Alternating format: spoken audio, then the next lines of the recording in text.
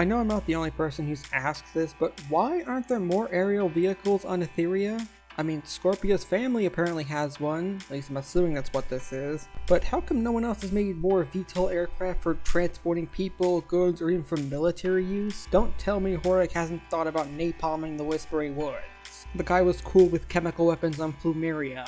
Why are there no other aircraft on this planet? I'm just bringing this up now because I've honestly been trying to rationalize how the Scorpio people could have come up with this, yet no one else had the idea of making their own, especially the Horde. Did one kingdom seriously come up with a flying machine and no one else think about the applications of such a device? Do you think Glimmer will still be upset when we get back? We did kind of disobey direct orders. Yes. I mean, is that a question? She looked and acted bad and spoke authoritatively when confining you two to the palace. This is more of that being unable to view things from the other's perspective. She'll understand. We all want what's best for Etheria. Glimmer will know we made the right decision. I wonder if they'll ever figure that out, or if it'll just be resolved within like 5 minutes of some climactic moment. I mean, what if she doesn't? What if she never talks to me again? You know, one thing I've noticed about this season is that it has the most filler scenes. In Valley of the Lost, we had the Horde capture Mara's ship, mainly to get Huntara and Perfuma meshing their personalities together, and of course introducing Double Trouble to the mix. But the Horde really doesn't do anything with Mara's ship. They don't sabotage or do much to tamper with it, and Huntara and Perfuma's talks and resolution ultimately don't build to anything. Then in Flood Arena, we have, well, Flood Arena's introduction, which turns out to be DT, who successfully infiltrates the rebellion. We also have these new bots that don't really show up in any other episodes, even though they look OP as all hell. But unlike Entraptus bots from Season 2, we never get an explanation as to why the Horde never makes any more of them. It's also the last time in like the whole season where Catcher and Adora really interact, and not a whole lot really comes to it other than just further establishing how far their relationship has deteriorated. And in Pulse, we have good characterization for Netasa and Spinnerella, which is interesting, yet they don't really do much with them until Season 5. Plus, we get a new bot that never shows up again for reasons that go unexplained. I could go on, but my point is, it seems like this season especially has a lot of filler. And don't get me wrong, filler can be great for exploring characters more deeply and getting the audience more invested into them. Adora's old squad in the Protocol episode comes to mind, yet there's also the Light Hope Adora situation, which takes up the bulk of the episode, and honestly you could cut out a significant portion of that and I think lose nothing for how it ends. Seasons 2 and 3 were a lot shorter than 1, 4, and 5, but as I said in my conclusions for those seasons, it felt like every minute was well spent, no time felt wasted or had much pointless filler within them. Episode 11 here, well, it was definitely written to prepare things for the two-part finale. The B plot is Glimmer inside the Crystal Castle, fighting off spiders after she set off the security there, and giving the speech about how important the magic of Etheria is, and That magic is how I stop this war! It's how I save everyone! it's her motivation for this season, ending the war, but failing to make any real headway towards that goal. The magic at the heart of Etheria! There's this desperation in her voice as Glimmer really sees it as her one and only opportunity left to turn this losing war around, and Light Hope doesn't even give her the time of day until I want to use it! Light Hope is established to be programmed to fire the heart of Etheria at all costs. Temporary administrator access granted to Queen Glimmer. And Glimmer makes herself out to be too good of a pawn to just ignore, as she complains about Adora running off and being too scared, but she certainly isn't. She is not willing to do what is necessary to protect Etheria. You are. Jeesh, that's exactly what Glimmer wants to hear. Light Hope explains how everything is ready, and they just need one last princess linked to her rune cells to access the heart. If the planet is not balanced, the heart of Etheria cannot be accessed. I wonder if access the heart and not activate the heart was an intentional choice of words from Light Hope. The final piece is a princess who has not yet accepted her destiny. All of that is basically set up for what Glimmer and Scorpia are going to do in the two-parter finale. Although the main focus is on Adora and Bo's quest to find Entrapta. Adora! Entrapta! This is one of the few times I've ever been concerned about a main cast member dying. Back in season 1, we had the moment where Entrapta was sealed behind an airlock and presumed torched to a crisp, but that was way too early in the show, so I was wondering if the writers were really trying to trick us into thinking she was dead, but here it makes vastly more sense for them to try. It's been like 14 episodes since Entrapta was sent here, counting this one. We've never cut to what's been going on with her, and the characters have stated more than a few times how dangerous this place is. So I genuinely thought if they were going to kill off one character, or at least seriously mess them up, this was going to be the moment for them to do so. This is all First One's tech, but it's corrupted. Melted down. They leave it all ambiguous enough to give me this thought. I mean, broken down or not, Entrapta is the one princess who knows her way around First One's tech, and if anyone could build something to survive here, it would be her. That being said, Entrapta has never been one for combat, so it could have gone either way, and I enjoy having to guess this throughout the whole episode as to which route they were going to take.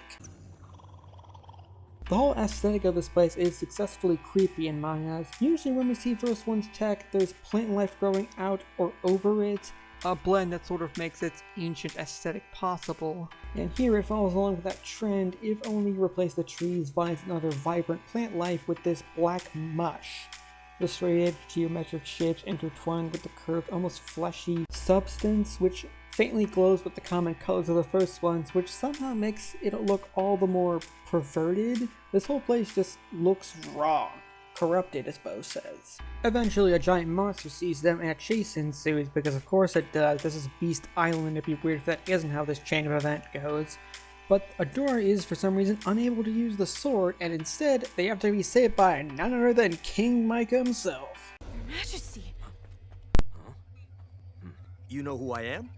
I swear, I recall reading somewhere that they didn't plan on bringing him back not until Season 3, Ep 6, which is why it sounds as if he says, "I'm not dead" during the portal shenanigans. Angela, wait! I'm not! King Micah is, well... If the Horde had their way, I would be. They exiled me here. But I survived. You know, not all there mentally, as he's been presumed dead since Glimmer was a wee little kiddo. Which, you know, makes sense. He's had to constantly fight to survive in this hell of a place. We came here looking for our friend, Princess Entrapta.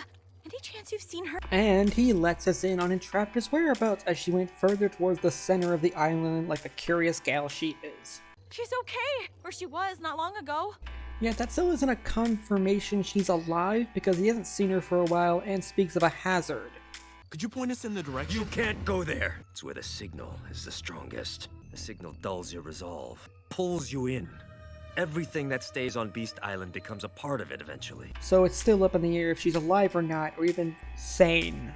As for Micah, well, the writer still managed to characterize someone without breaking the flow of the episode. He's so enthusiastic about being around people he can talk to, and eager to hear more about his daughter. Like my baby girl, always in a hurry to grow up and be friends with the older kids. And, oh boy, his wife. Yeah, it doesn't take a genius to figure out where that conversation's gonna go, only being staved off by the need to keep moving and the fact that Mike has now got a way to get off this island if he helps him find Entrapta. And, okay, here's that filler aspect I was really talking about. So we have Bo still worried about disobeying Glimmer. She'll have to forgive us for going against her orders, escaping Bright Moon, and taking Mara's ship. I don't get why Adora was trying to assure him earlier that Glimmer will understand when her inability to do just that is the reason why they had to slip out of Bright Moon. Plus we have this line last episode. And Glimmer's gonna be angry at us, but at least she'll be around to be angry. Which I thought implied that Adora was aware that a serious argument and yelling was in store for them when they got back, but apparently she changed her tune a bit on the flight to the island? The truth is, she hasn't been a good friend. You even have a fight with a best friend and still be best friends? And don't get me started on Shadow Weaver. It always felt like Bo at least understood a bit about what Adora and Glimmer's real issue is, their inability to communicate their perspectives properly and understand the others, but for some reason Bo flip-flops between being nervous about damaging his friendship and firmly believing that Glimmer was out of line. Tell me, what is she like, my Glimmer? Stubborn. Real stubborn. And Adora doesn't really contribute much to that. Adora's world has been turned on its head in Ep 9, with her realizing she's never escaped being a pawn for someone else. A lot of Adora's decisions up to this point was in service of blowing up the planet she's been trying to save, from accepting the sword to uniting the princesses, and it makes everything she has done feel hollow because she could have ended the world by accident just by involving herself and trying to be that hero that Theria needs. But what if Glimmer is right and all I do is ruin everything? I just feel useless. It's probably coming out here and now because of that signal Micah mentioned. If it drains her willpower, these feelings coming out fits the bill. However, You aren't useless. We'll figure this out.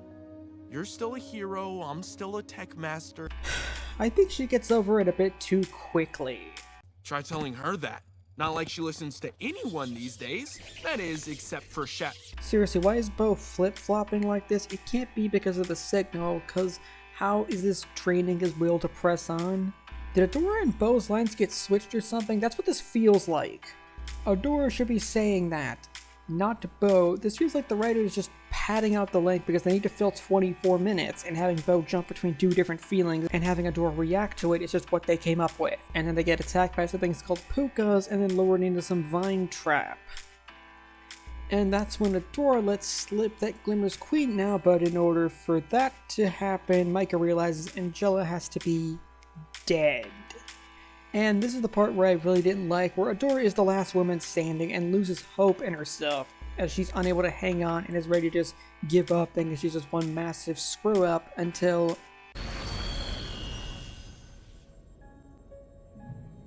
Take care of each other. I have an issue with this because Adora just found out like a few hours ago lore-wise that she's completely failed to live up to the expectations of being a hero to her friends, to Etheria, and to herself.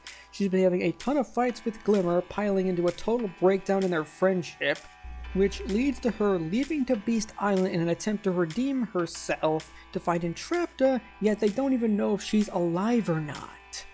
Yet what allows Adora the strength to push through the signal and summon her powers as She-Ra is the same hero complex that failed her and friend she's going through a rough patch with? And even then, she doesn't fight off the pukas or inspires everyone else to also move forward. She just burns away the vines and then Entrapta shows up and saves them. Princesses! I saved you! This whole episode just feels like such pointless filler. It wasn't the signal that was blocking me from being She-Ra. It was me. Like, sure, we have the introduction of King Micah, but they don't do a whole lot with him in this episode. It just feels like 24 minutes of setting up the two-parter season finale. So that was episode 11 for season 4 of Overanalyzing She-Ra. If you like this video and want to see more, hit that thumbs up and subscribe button and bell to get notifications about the next episode. I'll try to update this series every Thursday, so please share with other fans and also check out my channel for my video essays, music analysis, and complex character series. You might find them enjoyable as well.